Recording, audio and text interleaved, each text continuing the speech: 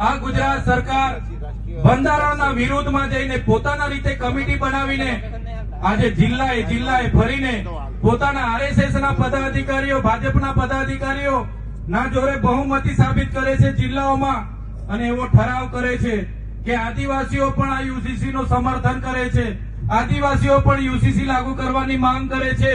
ત્યારે મારા તમામ વડીલો, તમામ યુવાનોને જાગવું પડશે.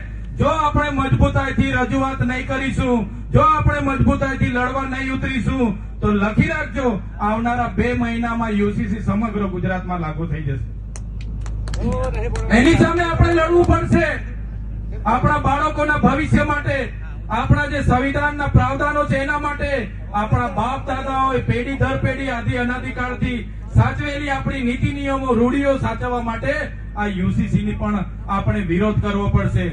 એના માટે આવનારા દિવસોમાં પણ આ વિસ્તારોમાં મારા આયોજક મિત્રોને વિનંતી કરું છું, શિબિરોનું આયોજન કરો, બધાને એક કરવાનું કામ કરો. બીજી વાત કરું મારા સાથી મિત્રો, હું વિધાનસભામાં જયારે આ બજેટ સત્રમાં પહેલી વાર ગયો